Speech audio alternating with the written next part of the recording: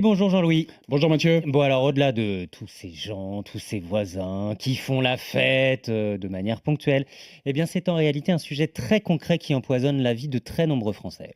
Oui, tout à fait. Si l'enfer, c'est les autres, expliquait Jean-Paul Sartre, pour beaucoup, l'enfer, c'est tout simplement le voisin. Problème de bruit récurrent, saleté dans les parties communes, construction qui empiète sur le jardin. Les conflits entre voisins sont très nombreux et beaucoup d'affaires finissent devant les tribunaux.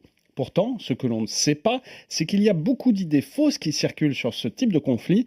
Déjà, ça paraît incroyable, mais le trouble anormal de voisinage n'est défini par aucun texte de loi avec précision. Ah bon? C'est ce qu'on appelle la jurisprudence, autrement dit l'ensemble des jugements rendus par les tribunaux sur le long terme qui a fait émerger cette notion.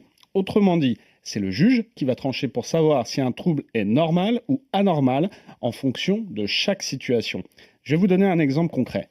Tondre sa pelouse en journée fait partie de la vie quotidienne normale et votre voisin doit s'en accommoder. En revanche, si vous laissez votre tondeuse tourner toute la nuit pour l'embêter, il y a fort à parier qu'un juge, là, vous condamnera. Oui, alors justement, tiens, parlons de la nuit et parlons du bruit la nuit. On entend souvent que c'est du tapage nocturne.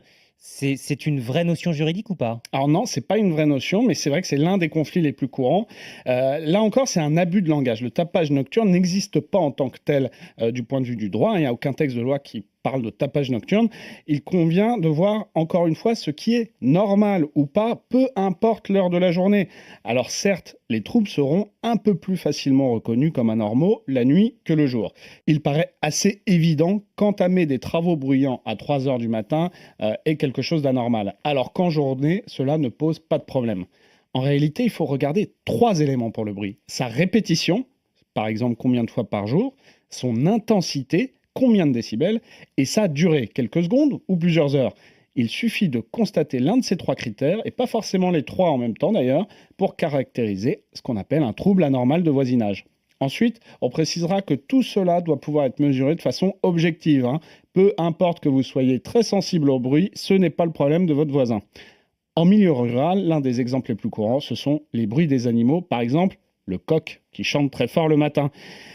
Mais dans la très large majorité des cas, la justice donnera raison au propriétaire du coq, considérant qu'il s'agit là de quelque chose de normal à la campagne, surtout qu'une loi récente, adoptée en 2021, indique que les sons et les odeurs des milieux naturels font partie du patrimoine commun de la nation.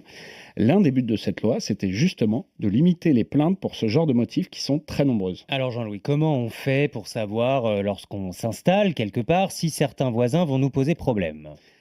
Alors, autant vous le dire tout de suite, c'est très très loin d'être évident, surtout que personne ne va vous le dire spontanément. Mais vous avez quand même quelques techniques pour vous renseigner et des moyens de vous défendre pour que cela cesse. Les troubles de voisinage, ça compte beaucoup au moment des ventes, comme l'explique Guillaume Martineau, le président du réseau d'agences immobilières Orpi France. Je me suis aperçu dans ma carrière d'agent immobilier que souvent, c'était une des raisons qui faisait que les vendeurs partaient. Donc, il faut essayer de se renseigner auprès justement des voisins, voir si tout va bien. La première chose à faire, c'est que si on constate un trouble de voisinage en arrivant, c'est évidemment privilégier le dialogue. Ensuite, on peut voir un conciliateur de justice, ça c'est gratuit. On peut aller à la mairie, encore une fois aller à la gendarmerie si vraiment ça avance pas. Et puis, je crois que chacun doit prendre conscience, notamment quand on loue, que le bailleur peut être responsable, tenu pour responsable si son locataire se comporte mal. Donc le dialogue avant tout, et puis si jamais ça ne va pas, à ce moment-là, actionner les moyens offerts par la justice. Parce que vous le vouliez ou non, on vit tous avec ses voisins.